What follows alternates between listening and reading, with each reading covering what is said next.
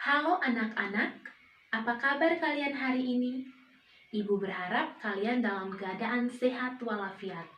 Dan ibu berharap kalian tetap semangat belajar dan juga tidak lupa untuk berdoa. Baik anak-anak, hari ini kita akan belajar dengan materi pembelajarannya, yaitu Roh Kudus menguatkan hati para rasul.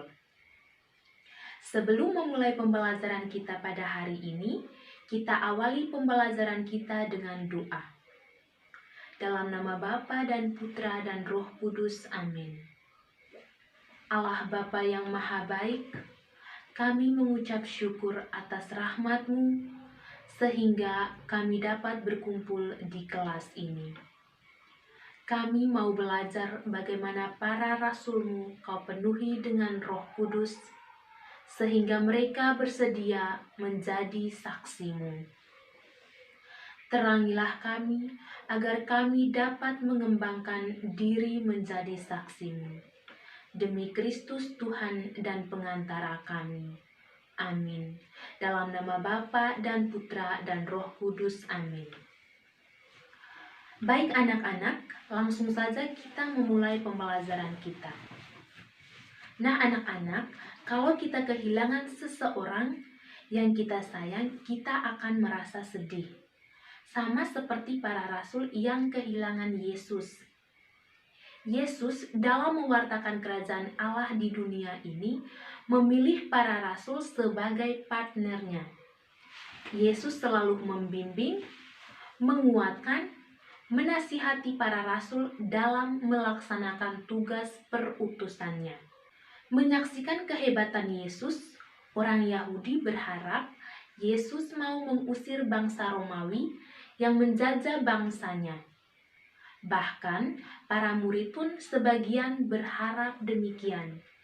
Namun, Yesus tidak memenuhi harapan dari banyak orang itu, dan kemudian Yudas Iskariot menjualnya dengan 30 keping uang perak.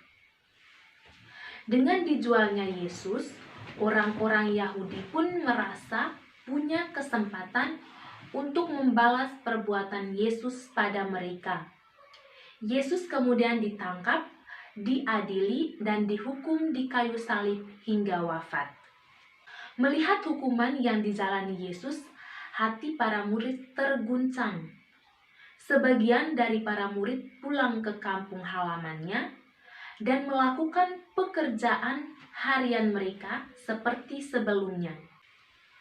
Para murid yang tetap tinggal di Yerusalem juga mengalami ketakutan. Mereka berkumpul di satu rumah dengan pintu terkunci. Kemudian mereka pun mendapat kabar bahwa Yesus bangkit hingga menampakkan diri kepada mereka. Melihat hal itu, mereka kembali bersemangat dalam mengikuti Yesus. Selama 40 hari, Yesus menampakkan diri kepada para murid. Sebelum sengsara dan wafatnya, Yesus berjanji kepada para murid bahwa Ia akan memberikan penolong kepada para murid, yaitu Roh Kudus. Aku akan meminta kepada Bapa, dan Ia akan memberikan kepadamu seorang penolong yang lain, supaya Ia menyertai kamu, yaitu Roh kebenaran. Yang dikutip dari Injil Yohanes bab 14 ayat 16. Pada hari ke-40 setelah kebangkitannya, Yesus naik ke surga, dan 10 hari sesudah kenaikan Yesus ke surga, pada saat para murid berkumpul di suatu rumah, Roh Kudus turun ke atas dalam rupa lidah-lidah api. Mereka seperti yang dijanjikan Yesus dulu. Peristiwa turunnya Roh Kudus kita kenal sebagai Hari Raya Pentakosta. Pentakosta sendiri berasal dari bahasa Yunani, Pentakosta yang berarti hari ke-50. Oleh sebab itu, Hari Raya Pentakosta dirayakan oleh gereja saat ini dihitung 50 hari sesudah Paskah.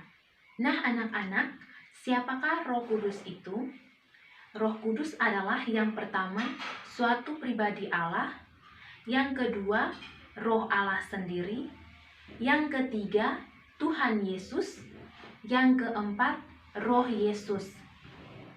Fungsi atau jabatan Roh Kudus yaitu yang pertama, penolong, yang kedua, penghibur, yang ketiga, pemimpin, yang keempat, pengajar. Lambang-lambang Roh Kudus yaitu yang pertama seperti burung merpati, yang kedua seperti tiupan angin, yang ketiga seperti lidah-lidah api, dan yang keempat seperti air. Dengan Roh Kudus yang turun ke atas para rasul, mereka mendapat kehidupan dan semangat yang baru. Hal itu yang kemudian membuat Petrus dan para murid yang lain berani bersaksi tentang siapa Yesus. Kesaksian para rasul didengar oleh banyak orang yang berkunjung ke Yerusalem pada saat itu, dan banyak dari mereka yang menjadi percaya. Kehadiran Roh Kudus mempersatukan semua bangsa. Inilah salah satu tanda kerajaan Allah yang diwartakan oleh Yesus. Selain itu, turunnya Roh Kudus menjadi tanda awal terbentuknya gereja, di mana anggotanya adalah para murid beserta orang-orang percaya lainnya. Baik anak-anak, di sini ibu mengambil sebuah cerita dari kutipan bacaan kitab suci, yaitu Kisah Para Rasul bab 2 ayat 1-41, yaitu tentang Pentakosta. Dari bacaan tersebut kita dapat mengambil kesimpulan, yaitu dapat dikatakan bahwa sesungguhnya gereja lahir pada hari Pentakosta, manakala Roh Kudus diberikan kepada manusia dengan cara yang baru untuk mengumpulkan orang-orang yang percaya kepada Yesus ke dalam hubungan yang baru. Tuduhan bahwa para murid itu mabuk menunjukkan bahwa ada unsur ekstase dan juga bahasa asing di dalam pemberian karunia bahasa lidah yang pertama kali ini. Sebagaimana dikatakan Yesus, Roh Kudus pun akan mengingatkan akan segala hal yang dikatakan dan dilakukan Yesus dan mengajarkan sesuatu yang akan datang. Dengan kehadiran Roh Kudus, karya keselamatan Allah tidak berakhir dengan wafat Yesus, melainkan berlanjut dengan kehadiran Roh Kudus hingga akhir zaman. Baik anak-anak, sekian pertemuan kita pada hari ini. Ibu berharap kalian dapat memahami makna dari materi kita hari ini, yakni Roh Kudus menguatkan hati para rasul. Dan semoga apa yang kita pelajari hari ini dapat berguna untuk masa depan kalian. Baik anak-anak, marilah kita menutup pertemuan kita dengan doa penutup. Dalam nama Bapa dan Putra dan Roh Kudus, amin. Allah Bapa yang Maha Kudus, kami bersyukur kepadamu karena Roh Kudus dicurahkan dalam hati kami. Kehadirannya di dalam hati kami akan menguatkan kami dalam karya kami sehari-hari. Dialah penghibur dan penolong yang Kau utus dalam nama Yesus Kristus. Dialah roh kebenaran yang memimpin kami kepada seluruh kebenaran.